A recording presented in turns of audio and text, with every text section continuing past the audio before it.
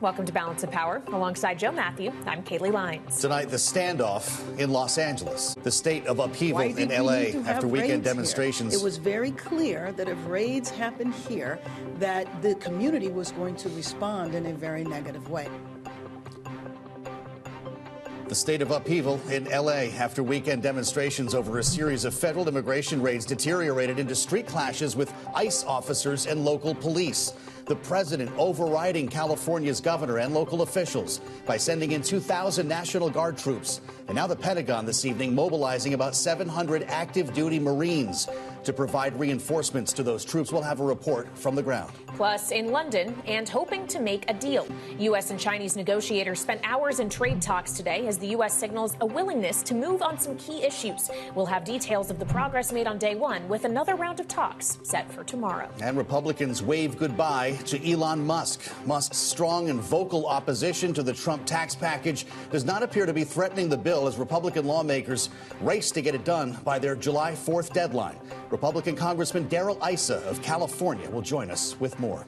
We begin, though, with the escalating clashes in Los Angeles, a fourth day of protests against the administration's immigration crackdown as demonstrators face off with law enforcement, including more than 2,000 National Guard troops.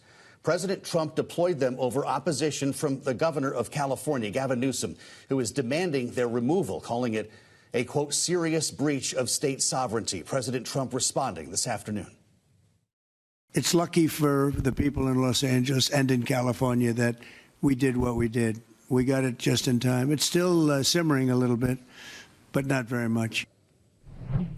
The president's words there running counter to the action the administration is now taking, sending about 700 active duty U.S. Marines to help quell the protests. It's an explosive moment that seemingly erupted overnight, but was months in the making after community leaders railed against ICE raids and deportations. With more than 87,000 arrests made by ICE since Inauguration Day, and the agency deporting roughly 77,500 people, leading to scenes like the one you're seeing if you're with us on Bloomberg TV, Democratic lawmakers getting arrested themselves in some instances as they demonstrated against the moves, with the administration, of course, looking to make good on its promise to carry out mass deportations.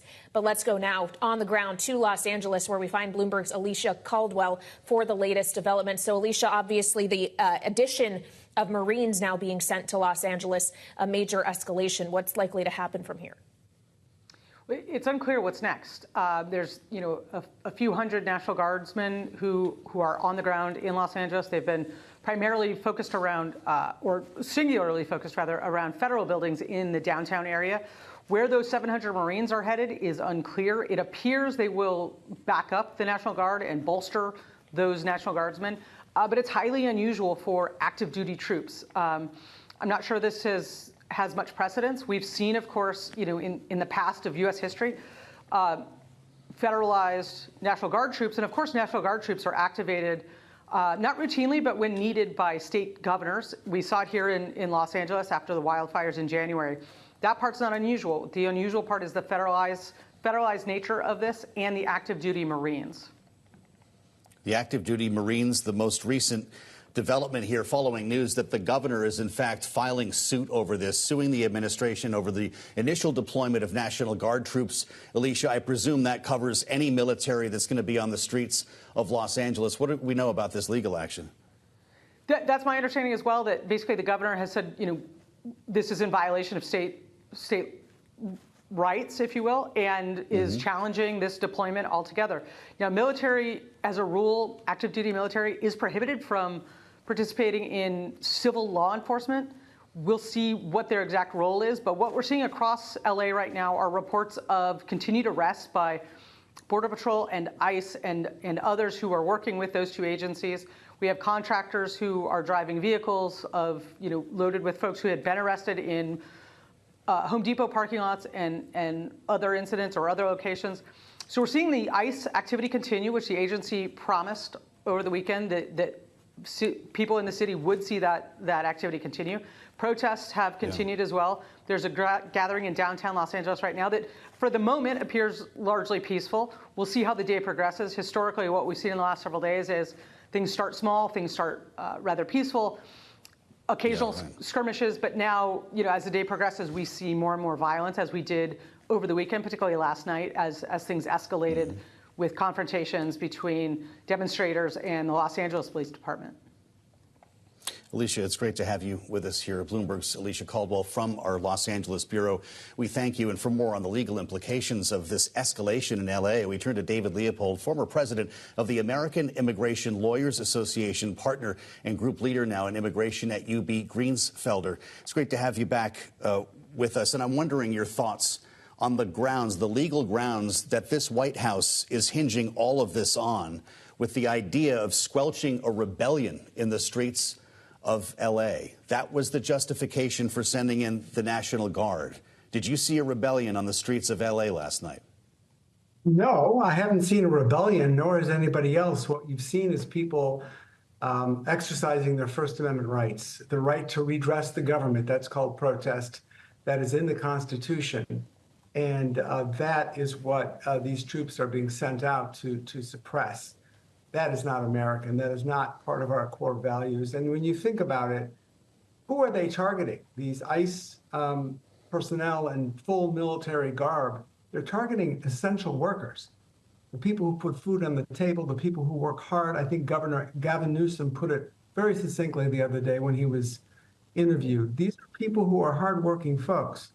And to send full military garb dressed National Guard, and now to call in the Marines, this is shocking. Well, so David, to that point, how much of an escalation is the deployment of active duty members of the United States military? What is the legal justification for such a move? How does it contrast with the one to deploy the National Guard?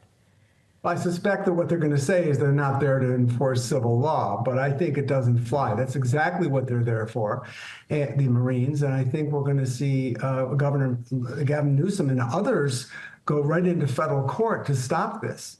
Look, this is a deliberate spreading of chaos, confusion, and fear by the administration. To what end? I mean, there's a number of different motivations. They want to get this bill through Congress with $151 billion plus for immigration enforcement. They've got a problem with former friend Elon Musk trashing that bill. Don't take my word for it. That's what the president's deputy chief of staff, Stephen Miller, tweeted the other day or earlier today. I don't know. But there's other motivations here. But look, this is really dangerous stuff. Immigration is the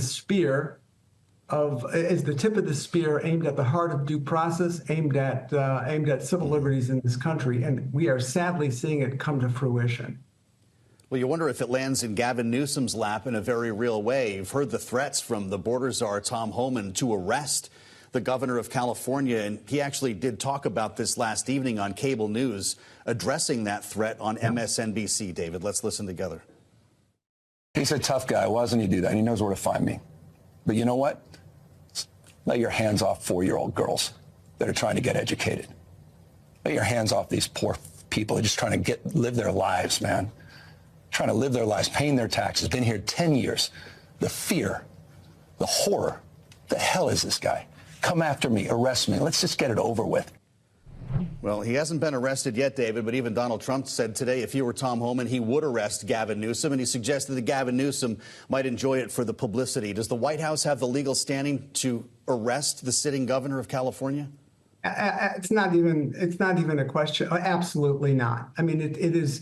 Look, if this wasn't so terrifying a moment where the president of the United States and his chief immigration czar are threatening the sitting governor of the largest state in the union, or any state in the union, with arrest because he is doing his job, he is protecting the people of California, and he's right. If they're so tough, stop arresting 4-year-old girls, stop arresting dishwashers, stop arresting people who are putting food on our table, people who are taxpayers. This is really appalling. And I commend Governor Newsom for standing up for what's right and for doing his job. They're not going to arrest Newsom. They have no grounds. The President of the United States or Tom Homan, they have no grounds. And this thuggish talk has no place in American politics and in American discourse, let alone coming from the mouth of the President of the United States and his top aides. Appalling. Well, David, when we consider what started all of this, the idea that there is great upset about the action of ICE and immigration authorities and raids that they were conducting in Los Angeles, that is why we are seeing protests continue for a fourth day, which I believe we can show you if you're with us on Bloomberg TV or on YouTube. When we consider the actual action immigration authorities are taking, do we have any evidence of them operating outside legal bounds? Do we know for certain that all of these people they're looking to arrest are being given adequate due process? Well, that's the whole point. They've stopped trying to give. They've attempted to knock down due process from the day that the president was sworn into office. We saw what happened to those who were, sent off without trial, without hearing to El Salvador under the Alien Enemies Act. You talk about rebellion now going on in California, which is not happening. There was no rebellion by any Venezuelans. No invasion by Venezuela to justify the Alien Enemies Act. There's no justification for the attempt to stop birthright citizenship. Most of the things, or all of the things that they've gone after, have no justification. And here's the thing. The president of the United States ran on a platform of securing the border, right? That's what he ran on. That's what he won on, at least in part. That's been done.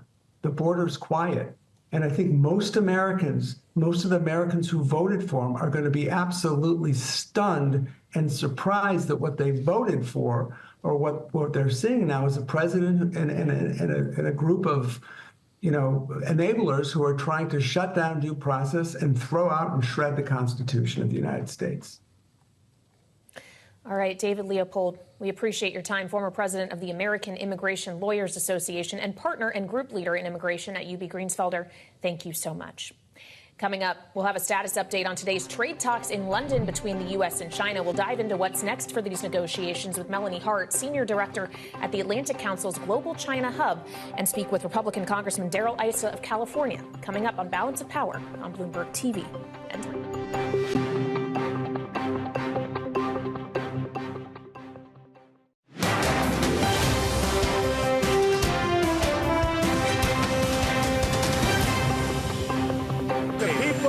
Causing the problem are professional agitators, they're insurrectionists, they're bad people, they should be in jail. President Trump earlier today reacting to protests in Los Angeles, where the National Guard and now active duty U.S. Marines have been deployed. For more here on Bloomberg TV and radio, we turn now to Capitol Hill, where Republican Congressman Darrell Issa of California is joining us live. Congressman, welcome to Balance of Power. We appreciate your time, sir. When we consider the actions of the administration here, why should this not be seen as an encroachment on state sovereignty, on states' rights? Well, because it's not about states' rights, it's about supremacy. It was about supremacy when Eisenhower sent troops in to Alabama. It was about supremacy when Lyndon Johnson did it. When the Constitution, when citizens are not being protected by their state, they have every right to be protected. In this case, law enforcement was overwhelmed by insurrectionists. The president saw that. As a matter of fact, our ICE agents called for support and waited 2 hours before they got any relief. So no question at all. There was a valid reason the president did it, and he did it for the same reason the presidents have done it in the past. Is there a difference in your mind between deploying National Guardsmen and active duty United States Marines, active duty U.S. military members on U.S. soil? Oh, absolutely. There's a difference. And here's the difference. Those National Guardsmen are regularly deployed as an extension of law enforcement, which they have been. The Marines have been deployed specifically to protect federal property, which they have every right to do, and they will do that. The president is appropriately using each of them in a way that complies with federal law passed by Congress. I want to ask you about Congress and the Posse Comitatus Act. If we're going to put military troops on the ground here in this country, Congressman, shouldn't you and your colleagues have a say? Well, actually, we did have a say, and we passed that law, and it very much, in addition to the Insurrection Act, each of them defines when and how you can use those forces. But understand, The National Guard, activated by the federal government, does in fact have the right to do exactly what they're doing. And let's understand, you can see those forces. Are they making arrests? For the most part, they're not. What they're actually doing is they're giving the police the ability to make those arrests. Out of 100 arrests, 47 of them were done by California badged law enforcement. The rest were mostly done by ICE, taking into custody people they had warrants for. So they're doing exactly what they're supposed to do. When you hear differently, you're not hearing from the police differently. You're hearing from the very people who are supporting this lawlessness, the burning of vehicles, the bricking and cinder blocking of law enforcement trying to do their job. Well, when we consider ICE, Congressman, administration officials, including the White House Press Secretary Caroline Leavitt, are pointing to the one big, beautiful bill that just passed your chamber, that it would hire 10,000 new ICE personnel, 5,000 new customs officers, 3,000 new Border Patrol agents. Do the scenes we're seeing out of Los Angeles make it harder for any of your Republican colleagues in the House to vote no if this package is to return to the House changed in some way by your colleagues in the U.S. Senate? Well, look, I voted yes. Almost every Republican voted yes. I expect it to come back from the Senate with some changes. But one of the important things is that we do need to back not just the men and women in blue locally, but those who bear that same responsibility federally, and we intend to do so. Understand, the last administration let over 10 million people into the country, many of whom are already due to leave and haven't left. So there's going to be a huge job, and we're going to need the resources to do it. And President Trump ran on making this change. He's making this change, and he's doing it pursuant to the Constitution. And yes, there have been court challenges, and he's respected the outcome in the court. But he was elected to do this. I was re-elected to do this. And I expect that we are going to bring safety. You know, and the midterm elections are coming up in just a matter of months again. And we're going to be asked a question, are Americans safer now than they were 2 years ago? And we have to be able to answer, yes, they are, because Donald Trump did and because Congress backed him. All right, Congressman, great to have you with us. Republican Congressman Darrell Issa of California, we thank you. Another day of trade talks in London are on the schedule between the U.S. and China. Here's the president earlier today on where negotiations stand. Leading the talks for the U.S., Treasury Secretary Scott Bessent, along with Commerce Secretary Howard Lutnick and U.S. Trade Representative Jamieson Greer, all in the same room and at the table. And Bloomberg's Anne-Marie Hordern has more from London.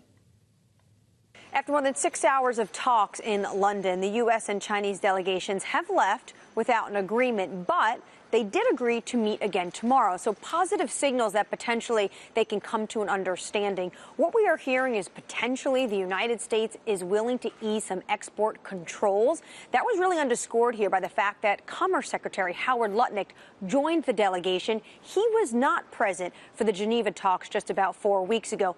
In exchange, what Washington wants to see out of Beijing is an advanced pace of those rare earth licenses and magnets. This is critical to the U.S. defense and tech industry, especially in things like mobile phones. Leaving the meetings in London in this 19th century mansion, Secretary Bessent said it was a good meeting with a thumbs up. Commerce Secretary Howard Lutnick said they were fruitful. Joe, Kaylee, we'll see if they bear results tomorrow. Bloomberg's Anne-Marie Hordern reporting from the ground in London. And for more on these trade talks, we turn now to Melanie Hart, Senior Director at the Atlantic Council's Global China Hub, who is here with us in our Washington, D.C. studio. So, Melanie, where should we be setting the bar of the outcome of a second day of talks tomorrow? Is it enough if they just walk away with a handshake and we agree not to escalate, at least for now? The bar should be pretty low. You know, the goal for these talks is just to get back to where we were a couple of weeks ago in May when the U.S. and China negotiated a tariff ceasefire to create a 90-day process to have deeper discussions.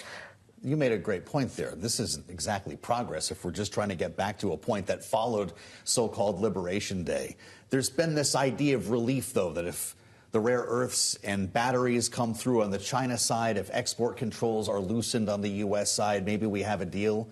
But is that a fair deal? And why is the U.S. giving up more now? So I wouldn't call it a deal necessarily. It's an agreement to get back to deal making.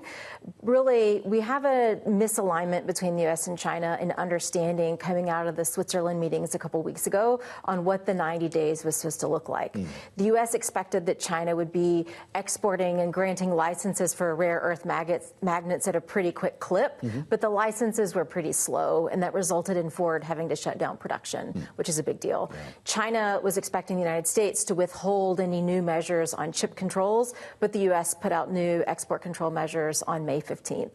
So this is really an aim to unravel some of the things that agitated the two sides over the past couple of weeks. Well, when we consider those export controls, this administration is frankly just continuing policy that we saw in the last administration as well. There's a concerted effort to restrain China's technological capability. If we're to unwind some of these export controls, what position does that put U.S. national security in? This is really problematic because when I'm sitting across the table from my Chinese counterparts, the argument I always make is when we put export controls in place, it's for solid national security purposes, and that's why we don't use them as leverage. When you do it in rare earths, it's very clearly just a move to exert leverage over other countries because you turn them off and on at will. This is really a bit unprecedented. It's moving the U.S. into the position where we turn our chip export controls off and on at will, if that is indeed on the negotiation table. Which that's a concern. Isn't how you treat a national security crisis, obviously. What kind of chips are we talking about? These aren't H20 chips coming out from NVIDIA, right? These are lower level semiconductors that we decided to pull back on? The particular measure that Beijing is really focused on is a May 15th announcement from the United States that is a warning to other nations that if they are purchasing Huawei AI chips, the U.S. considers those chips to likely contain export-controlled material that wasn't licensed, and thus the third country chips could face U.S. enforcement measures. So it's really a warning to other countries around the world not to buy Huawei AI chips. When we consider that these meetings are happening after an hour-and-a-half-long phone conversation between President Trump and Xi Jinping last week, are the incentives there for Xi specifically right now to agree to meet with President Trump in person to show any kind of faltering in China's stance on this, or is it actually Trump that has the weaker hand? China has more leverage than we do at this point. Beijing has been working for at least a decade to build up that leverage. It's no accident that they control around 99% of these rare earths magnets. They built up that control on purpose for this moment, and now they're using it. We don't have the same leverage. That's why it's really important that whenever we apply trade policy or export control measures on China, that they be policies we're interested to live with and that are in our own national interests. Yeah, we're almost out of time. I want to get back to the original premise here because it sounds like we're nibbling around the edges. We have an August deadline for something bigger. Should we be talking about a comprehensive trade deal, or is that truly years away? I don't see a comprehensive trade deal that would be in U.S. national interest. There are other things we can do. China has just demonstrated that they're very good at export control regimes for rare earths. They could do the exact same thing for fentanyl. There are things like that that should absolutely be on the table and that we could definitely agree to. I guess we'll check back in a couple of weeks and see where we are. Stay close to us. Great conversation with Melanie Hart, Senior Director of the Atlantic Council's Global China Hub. We thank you, as always, for the insights. Coming up, we'll turn back to the latest coming from the protests in L.A. when we assemble our political panel. Much more to follow following a weekend of clashes. And if you're with us live on Bloomberg TV or on YouTube, we bring you a live view of downtown L.A. on this day 4, where we are watching continued protesters with National Guard and now Marine Corps troops being mobilized by the White House. Much more ahead on Balance of Power on Bloomberg TV and radio.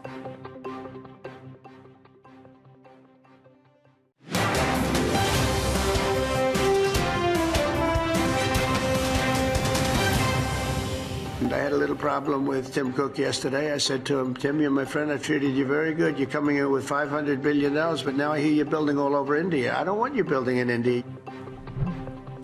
President Trump last month on Apple's plan to move more of its iPhone production to India in an effort to diversify its production outside of China. The president, of course, later threatened a 25% tariff on all smartphones unless they're made in the U.S., a demand that would be nearly impossible for both logistic and economic reasons. As Apple navigates that global trade uncertainty, the company is also holding its annual developers conference this week, unveiling the most sweeping software redesign in its history.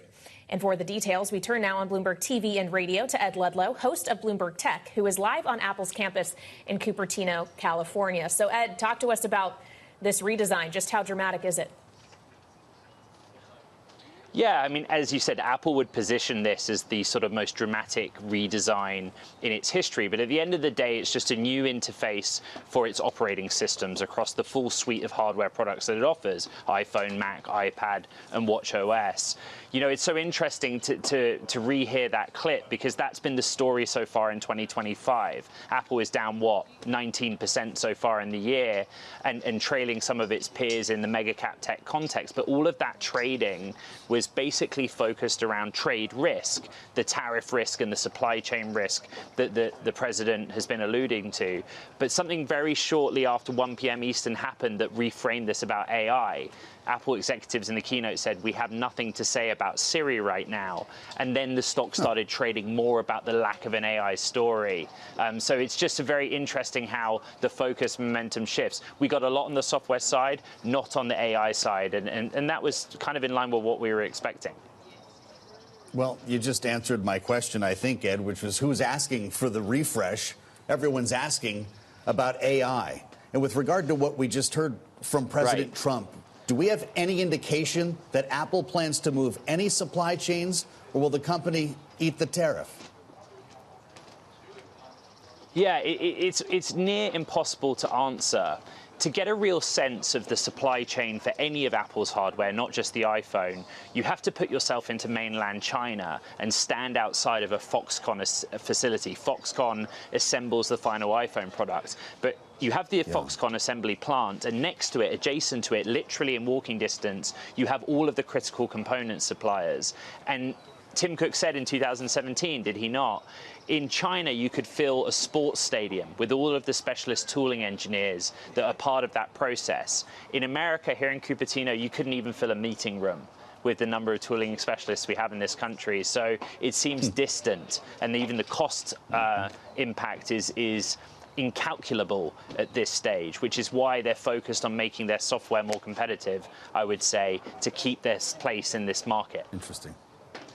Well, when we're considering their place in the market, what kind of demand environment is Apple contending with right now, Ed? For all of the conversation we've had about tariffs raising costs potentially or slowing down consumption, is Apple really starting to feel that yet in terms of what's coming in top line?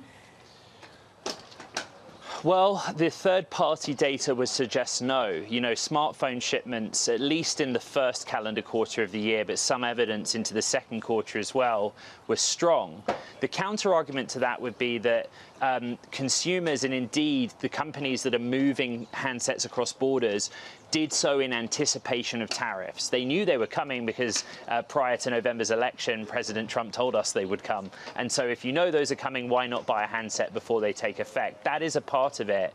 But bring it back to WWDC. At the end of the day, Apple has gone through periods of uncertainty, both political and economic, before. It has an entrenched market position. It serves a particular demographic of economies in this country, Western Europe, China, etc., where software competence, the quality of the product matters. You know, particularly when you are selling a handset for $1,000, you know, that more premium segment. And so they will hope that today resonated with that buyer, irrespective of the macro environment that we face.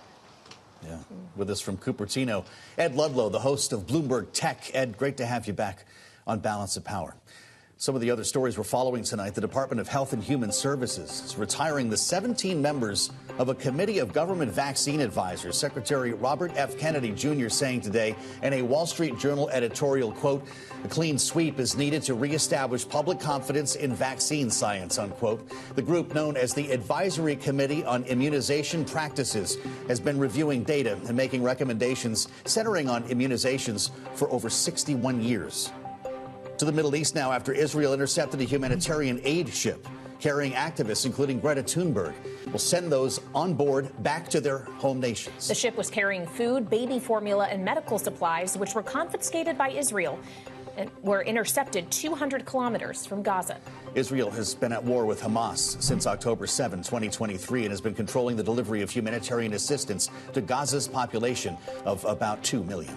And in South America, where Colombian presidential candidate Miguel Uribe Turbay is in critical condition after an assassination attempt on Saturday, in which he was shot twice in the head and once in the leg. A 15-year-old youth arrested in relation to that shooting, and authorities are trying now to establish who ordered the attack and what the motive was. The attack has sparked widespread concern and protests, with hundreds of people marching past the hospital where Uribe is being treated to show their support for the presidential hopeful.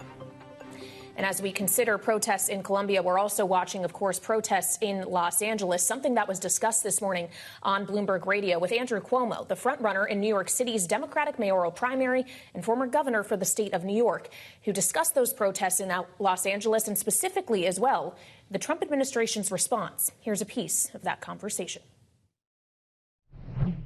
Let's remember how extraordinary these issues, what's happening in L.A. This is the exact reverse of what normally happens. Normally, it's the local government that makes the decision on how to handle an emergency and calls on the federal government. So a mayor or a governor would call on the federal government and say, I need help, please send the National Guard, or please send in additional federal help.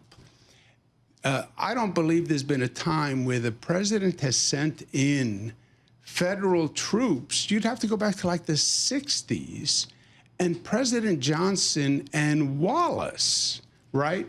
That's how far you have to go back. So this is Trump being Trump. This is Trump on this issue of immigration. I'm muscled. It's law and order. These cities, these Democrats, they're filled with illegals, and I'm going to come in, and I'm going to come in hot and heavy. He started in L.A. It will happen in New York. It will happen. He knows the formula, right? It happened in New Jersey. Is his formula to go after you? I mean, this is anticipated. His formula is to create chaos in the cities, and he is the voice of law and order. And, you know, cities, all those Democrats, that's where all those illegal immigrants are. And he's going to come in and he's going to clean up. The flip side is, okay, create chaos in L.A., create chaos in New York, create chaos in Chicago. Pretty soon, you create chaos in the nation, and that's bad for the economy. You can find Bloomberg's full conversation with Andrew Cuomo, New York City mayoral candidate, online or on the terminal. A deep dive with Tom Keene and Paul Sweeney. And a great conversation. Coming up, tensions continue in Los Angeles as California sues the Trump administration over the deployment of the National Guard and now the Marine Corps. We'll continue the discussion with our political panel next on Balance of Power on Bloomberg TV and radio.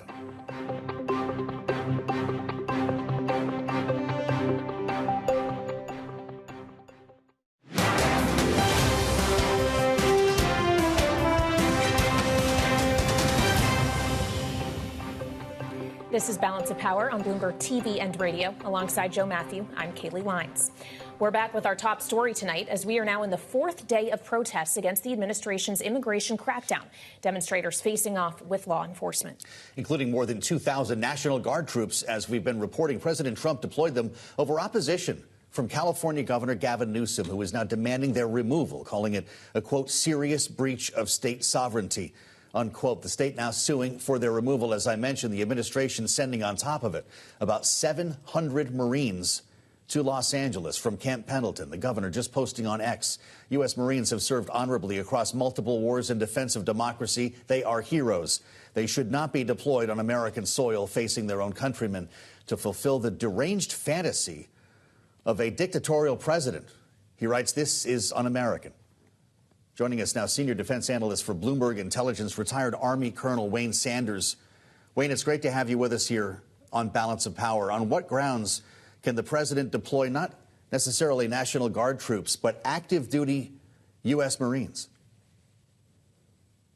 Under Title 10, which is the ability for under U.S. Code Title 10, one of the biggest things that they can do, that's the federal force, right? That's really looking at the U.S. military. It's the Department of Defense underneath the DoD under SecDef to be able to deploy troops in that case.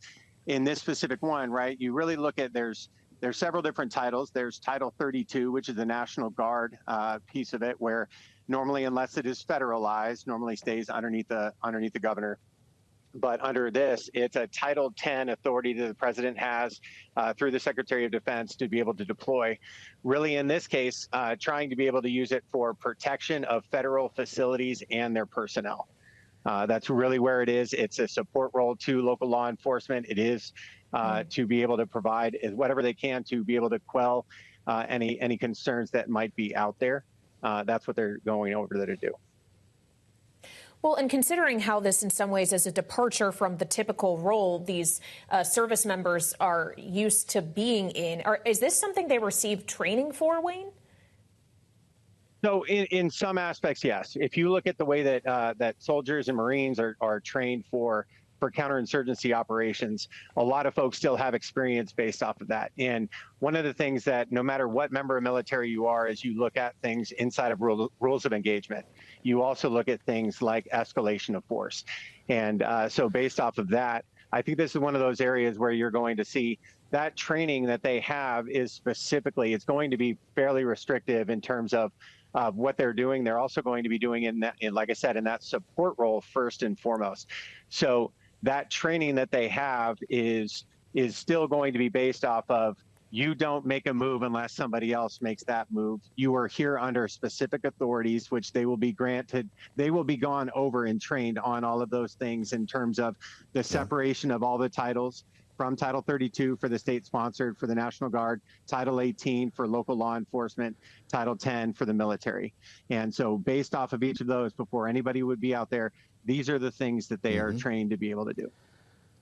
Well, Wayne, when you talk about Title 10, U.S. Code on Armed Services, it allows for the federal deployment of troops in this case if there is a rebellion or danger of a rebellion against the authority of the government of the United States. I'm not sure how we're qualifying rebellion here, but Stephen Miller, the Deputy Chief of Staff of the White House, called this an insurrection against the laws and sovereignty of the U.S. When President Trump was asked about it today, he said no, he didn't think that it was an insurrection. So how can any of this stand up in court?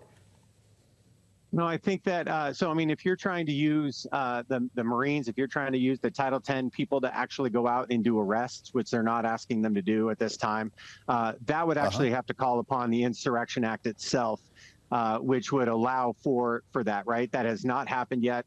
And so it's still below that level. So I think a lot of any of the types of arrests that would take place would have to be done under local law enforcement, under Title 18, or under National Guard under Title 32. Those are the pieces that are already out there. But the Insurrection Act is the one key piece that would cause it to go beyond that, and it hasn't happened yet. Got it. So finally, Wayne, if you were in command here and you're sending U.S. Marines into this situation, is there a real risk to the safety if the administration is saying in part this is because protesters are acting violently? To get back to rules of engagement, what happens if a U.S. Marine is confronted by someone who may not be equipped with the kind of weaponry or skills that Marine is who could respond? No, absolutely. And I think one of the biggest thing that every U.S. military member has ever gone is you always have the right to self-defense.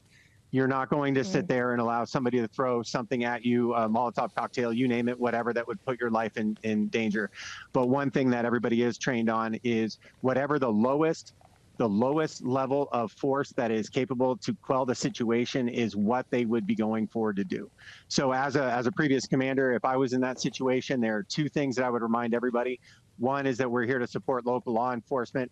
Our goal is to reduce those tensions if at all possible. And second is to leave your personal feelings at home. These are human beings, and we're here to protect everyone. The citizens in LA may be angry or have pushed boundaries, whatever, but never forget who you are and who you represent. You represent the United States military, and in this case, the United States Marine Corps, and how you act will echo through history if you're not careful. And so these are things that I really do believe that they would train for. This is what they would prepare for before ever being put in protection of a building or a facility. It's good to have you with us, Wayne. He's with the great team at Bloomberg Intelligence. Wayne Sanders. We thank you so much as we assemble our political panel for their reaction to all of this. Lester Munson is here, Principal Managing Director of the International Practice at BGR Group, our Republican strategist, alongside Bloomberg Politics contributor Jeannie Sheehan Zaino, Democratic analyst and political science professor at Iona University. Great to have both of you with us. Lester, you just heard the whole legal argument. We're asking questions about legal standing and what this means for the courts. How about raw politics? This is playing well for Donald Trump. It's playing well for Donald Trump. I think it's also playing well for Governor Newsom. Isn't that right? I think they're both kind of rooting for something even more dramatic to happen every single day. Does that make you worry about what they're both going to do next? Well, I think this is the politics that we have today. It's performative. People are looking for every little thing to make the major point to their constituency. Governor Newsom, it's not implausible. He's our next president. He sees this as an opportunity to take on the current one, kind of mano a mano. They're both using kind of macho language, and so are their minions. And here we go. Well, so, Jeannie, should we read that as neither side has the political incentive to de-escalate here? They don't seem to at this point. There is a danger for Donald Trump. People are glad that he closed the borders. The CBS poll on Sunday shows that about 54% support his deportation agenda. They support him going after criminals and removing them from the country. But when you start removing people from Home Depot and busboys from local restaurants and going after kids in schools, that's when people in neighborhoods start to say, this is not what we signed up for. So I think Donald Trump knows that. Let's not forget, just not that much, a couple months ago, he was on Meet the Press, and he said these pictures could get very vile and very ugly, and they may not play well. So that is a political danger for Donald Trump. But I think the reality is this doesn't serve anybody from either the Democratic or Republican side.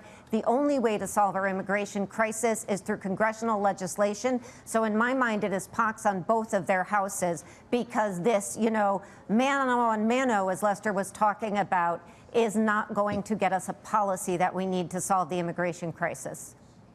Many of these arrests that were being protested, Lester, were being based on violent criminal history from some of these young men, realizing that this led to a cascade of events here. Getting back to the initial action, though, was that the right thing to do, to pull these people out of work and arrest them because of the criminal records? The president would say it's promises made, promises kept.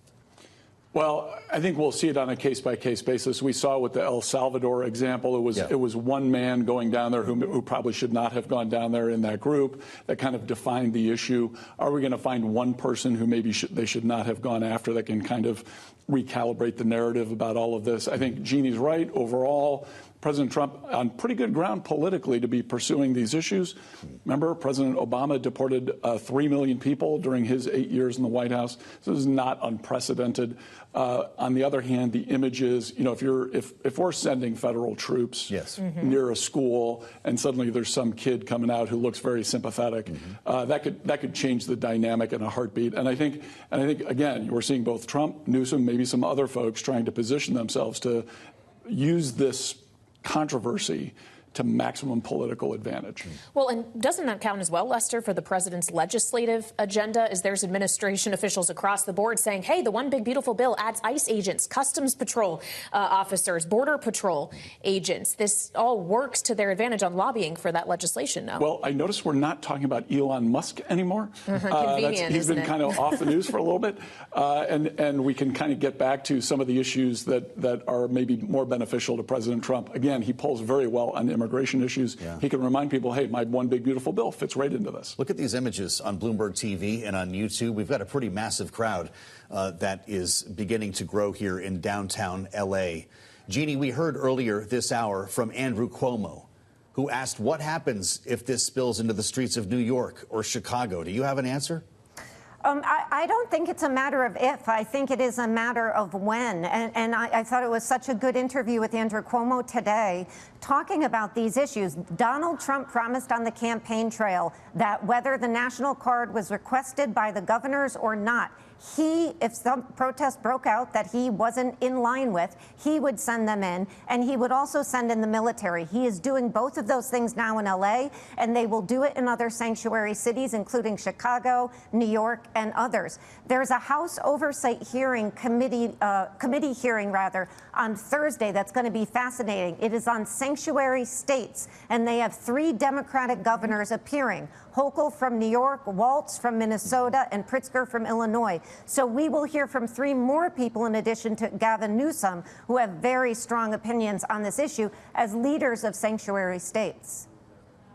Well, and when we consider the voices of those Democrats, or frankly any elected Democrat, Jeannie, how complicated is the messaging around this for them? How do you simultaneously condemn the violence that has been seen while also condemning the administration, knowing that, as Lester was just pointing out, a majority of Americans are with the president on these policies? Yeah, majority are with him, except when it comes to trying to remove people and disrupt the lives of people who have just been living. There are 12 million plus people in this country, many of whom came, 6-7 million who came as children, who are paying taxes and living. So that is something that people do not abide by and is not something that they thought President Trump was going to do. So that is a danger for the Trump administration with pursuing this policy. And why are they pursuing it? Because Stephen Miller said 2,000 to 3,000 pickups and deportations per day, or we start firing ICE officials. That is why they are going after low-hanging fruit. These are people who are abiding by the law, checking in with federal authorities the way they're supposed to do, and, oh, by the way, paying taxes. So all of this can also hurt our economy. People will not abide by that. So Democrats have to say, law-abiding, nonviolent protests, yes, but we don't do what Donald Trump is doing and send in the National Guard and the military without request, and we don't attack children in their schools and busboys in their restaurants that are working and paying taxes. Looks like this crowd in Los Angeles is shifting a bit as police try to move their lines around. Lester, this could grow, could be another bad night, could be bad nights for the rest of the week. If this continues, and people at home are watching these images, do the political liabilities also shift? I'm not sure they do. Some of the images from the protests that, some people are calling riots, maybe not wrongly on occasion, are pretty bad. And you're seeing folks throwing things at law enforcement officials. You're seeing attacks on federal buildings. I mean, there is more than a nugget of truth in the idea that some of this needs to be stopped. And I think so. It's going to depend on the details. I think Jeannie is absolutely right. If the White House takes this too far, they are going to have a risk. But if it's to deal with violence on the streets of L.A. or Chicago or New York or something like that, I think the president will be in good stead. But if he goes too far and is, deporting people who are more sympathetic than criminals, then maybe it does shift. I think on response to a riot, no. Yeah. All right, Lester Munson and Jeannie Shanzano, our political panel this evening, thank you so much. And of course, Joe, there is also the question of how the courts could factor in here, as Governor Newsom has filed suit over the deployment of National Guard troops, and we have seen courts act very quickly on the decision-making of this administration in cases past. We may well have headlines on this before we meet again, and do check back with us tomorrow. In the meantime, the Washington Edition newsletter on the terminal and online. Thanks for joining us on Balance of Power. With Kaylee Lines, I'm Joe Matthew. This is Bloomberg.